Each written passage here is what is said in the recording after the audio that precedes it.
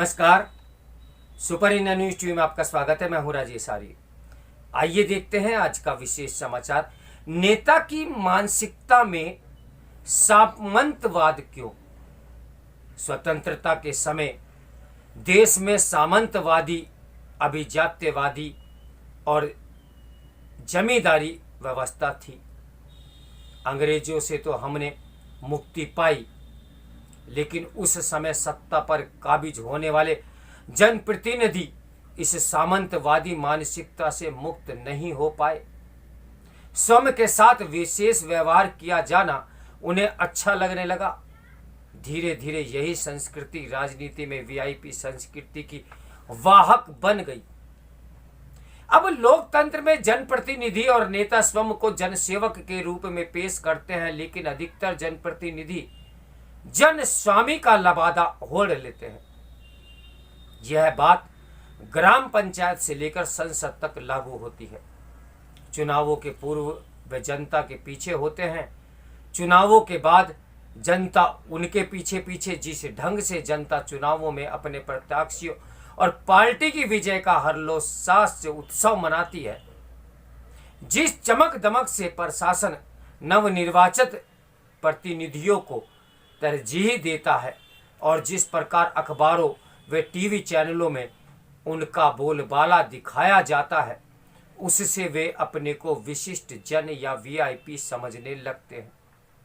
वे अपने को सामान्य नागरिकों से श्रेष्ठ मानने लगते हैं, चाहते हैं कि उन पर समाज, प्रशासन और शासन के सभी लोग विशेष ध्यान दें और उनका काम प्राथमिकता के आधार पर तत्काल किया जाए, चाहे उसके लिए कानूनों की अवहेलना ही क्यों न करनी पड़े।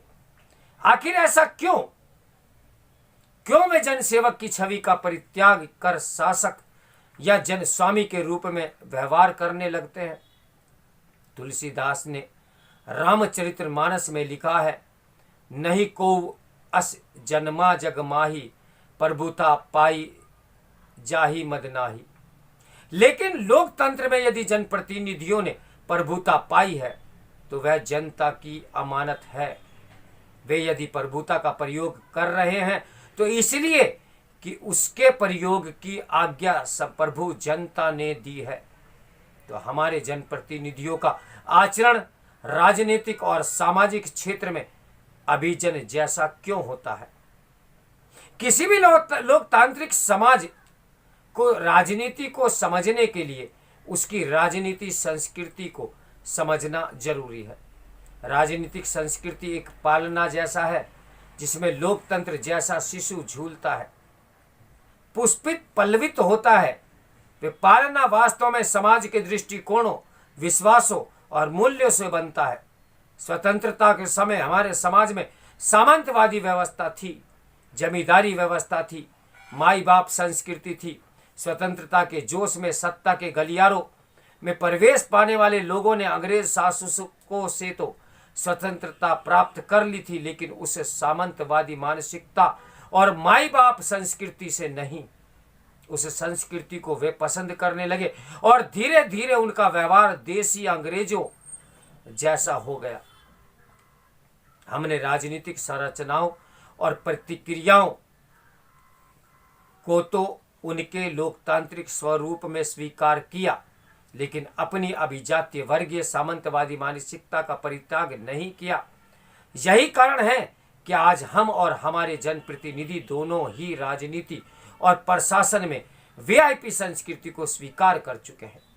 परिणाम स्वरूप वीआईपी संस्कृति से लबरेज लोगों द्वारा अपनी गाड़ी पर लाल नीली बत्ती लगाना, सरकारी खर्चे पर सुरक्षा गार्ड प्राप्त करना, सार्वजनिक स्थानों पर अभद्र व्यवहार करना, यातायात नियमों की धज्जी उड़ाना जैसे उनका एक अधिकार सा हो गया है।